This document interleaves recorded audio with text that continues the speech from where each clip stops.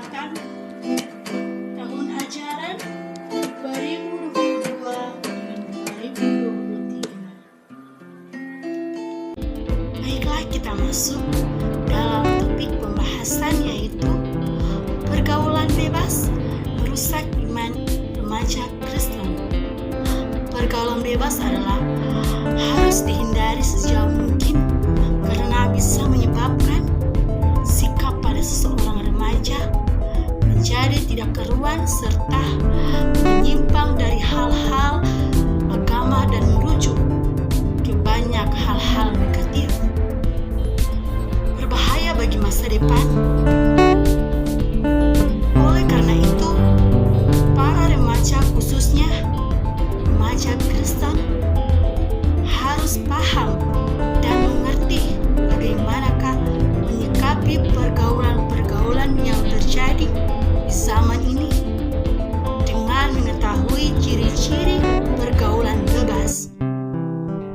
Ciri-ciri pergaulan bebas yaitu yang pertama, keinginan tahu yang lebih tentang hal-hal yang berbau negatif seperti narkoba dan pornografi. Yang kedua, memiliki kecanduan dan cenderung mengajak orang lain untuk melakukan hal negatif tersebut seperti menggunakan narkoba dengan seks bebas. Yang ketiga, cenderung sering mengonsumsi minuman keras atau beralkohol. Yang keempat, menghindari hal-hal yang berbau agama seperti beribadah ke tempat ibadah.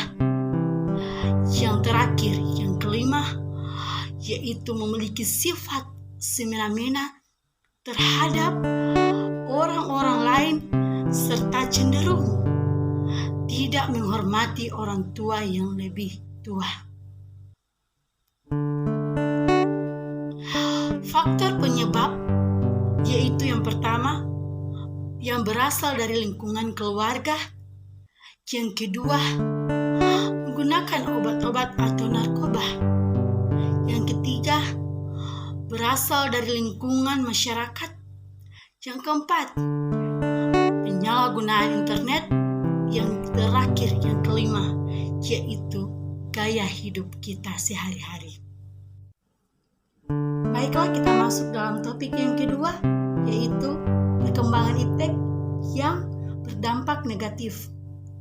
Perkembangan iptek di masa depan dan di masa sekarang, yaitu yang kita ketahui bahwa perkembangan teknologi yang sudah sangat pesat, sehingga untuk mencari hal-hal yang negatif itu sangat mudah, yang menyebabkan seseorang remaja yang bisa mencari hal-hal yang negatif yang ia inginkan dengan mudah. Topik yang ketiga yaitu dasar agama.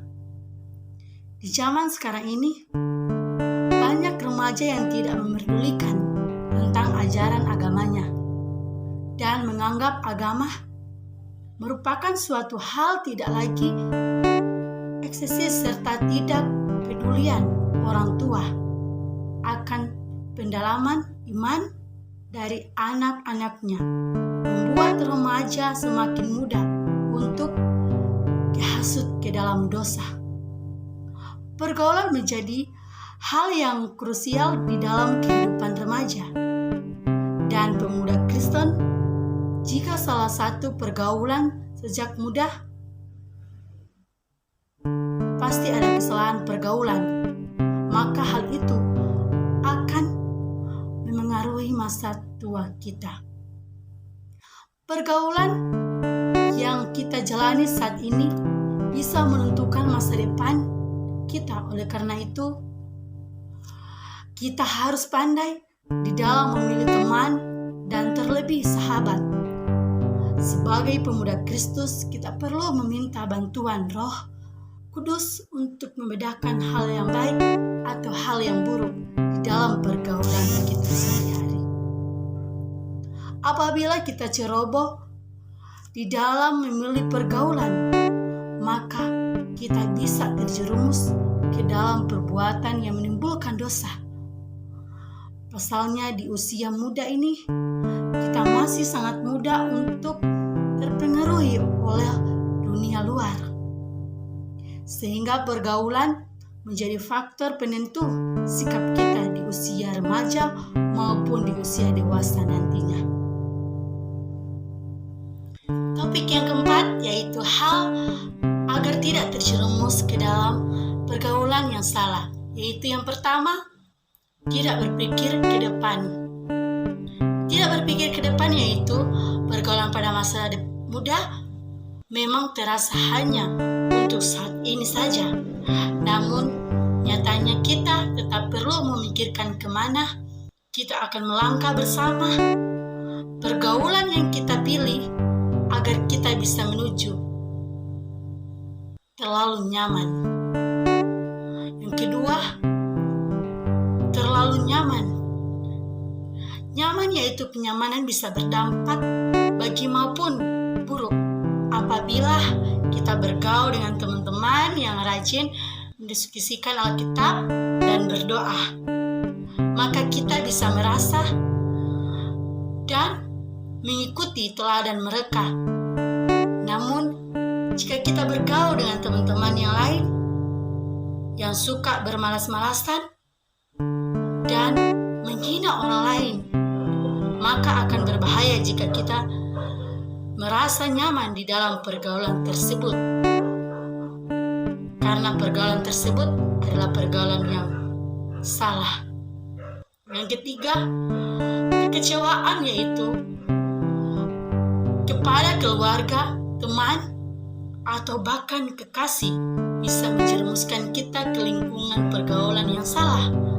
Maka dari itu, perlu menjaga hati kita dengan tulus berdoa dan merenungkan firman Tuhan. Topik yang kelima yaitu pesan Alkitab dalam pergaulan bebas yang positif.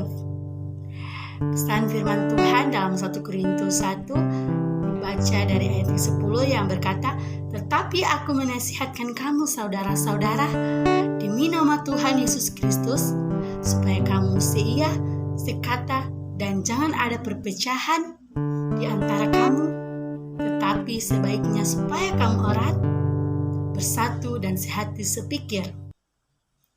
Dalam pembacaan 1 Korintus 15 ayat 23 berkata, "Janganlah kamu sesat, pergaulan yang buruk merusak kebiasaan yang baik." Amsal 24 dibaca ayat yang pertama, yaitu yang berkata, "Jangan iri kepada orang jahat, jangan ingin bergaul dengan mereka."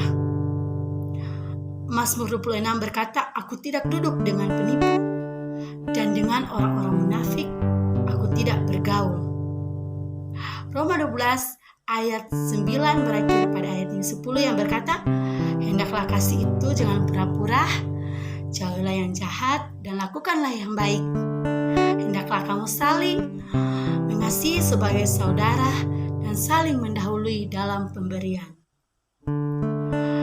Efesus 4 ayat 20, Efesus 4 ayat 2 berakhir pada ayat yang ke-6 yang berkata, "Hendaklah kamu selalu rendah hati, lemah lembut dan sabar. Tunjukkanlah kasihmu dalam hal saling membantu. Dan berusaha memelihara kesatuan roh oleh ikatan damai sejahtera, satu tubuh dan satu roh. Sebagai mana kamu telah dipanggil kepada satu pengharapan yang kuat terkandung dalam panggilanmu. Satu Tuhan, satu iman, satu baptisan, satu Allah dan Bapa dari semua, Allah yang di atas semua dan oleh semua dan di dalam semua Bapa."